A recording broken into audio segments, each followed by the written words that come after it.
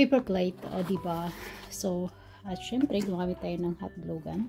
So, ingat-ingat lang po sa paggamit ng hot glue gun kasi mainit po.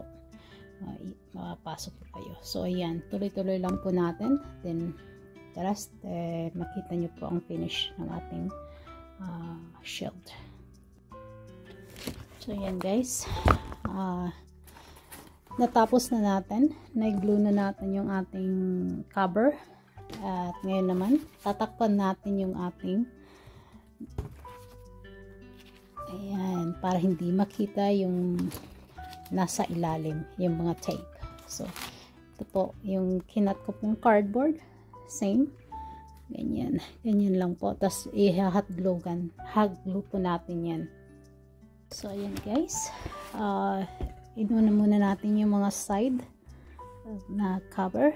Tapos, lalagyan natin nito. Ito yung magiging handle ng ating shield. So, ayan. So, isi-secure po natin yan. Yan sa loob. Tapos, ka-cover natin. Tapos, yan. I-glue natin yan. So, ayan na guys. Nabalot na natin yung ating shield. So, design na lang ilalagay natin. Ito na siya, oh. So, either way, both side po yan. Pwede pong, ito yung kamay.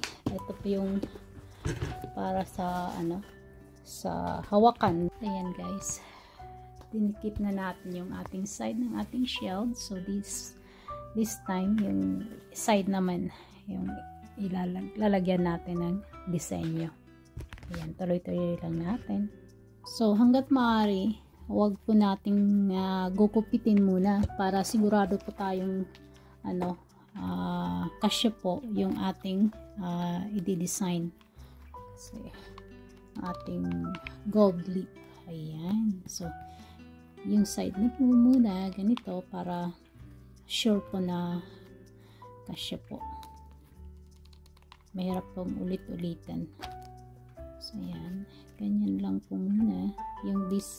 Yung side lang po muna dito sa taas. Ayan. Again, ingat-ingat po tayo sa paggamit ng hot glue gun kay mainit po. Ilang beses na nga po akong napasok. Pero okay lang. Lagi ko pong ginagawa ito. Every Halloween po. Yung costume po ng anak ko. Simula po nung nag-ask siya na magawan mo naman ako ng costume. So, ayan, sabi ko, sige, pag kaya ko, gagawin ko.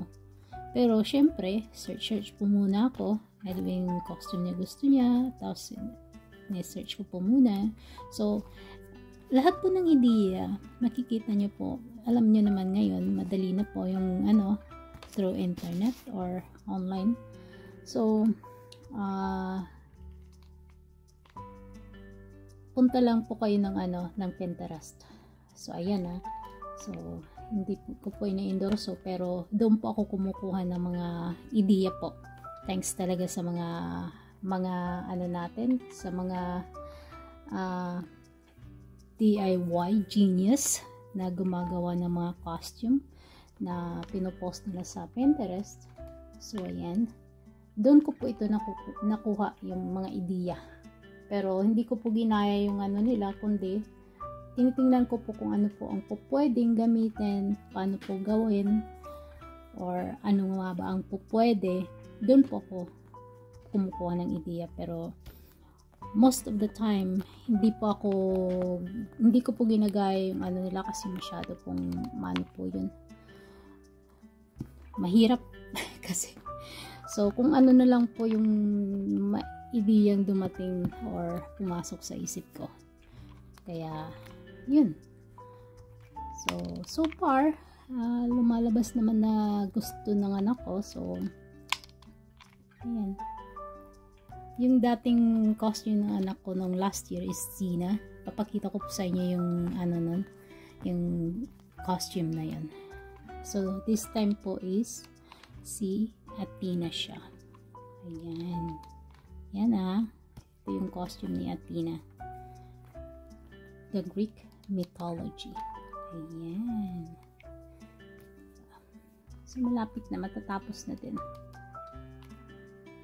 So, ayan. Papakita ko po sa inyo natapos ko na po. Tuloy-tuloy ko lang ito. Ang ano niya. Shield. Natapos ko na din. So, pinatutuyo ko lang.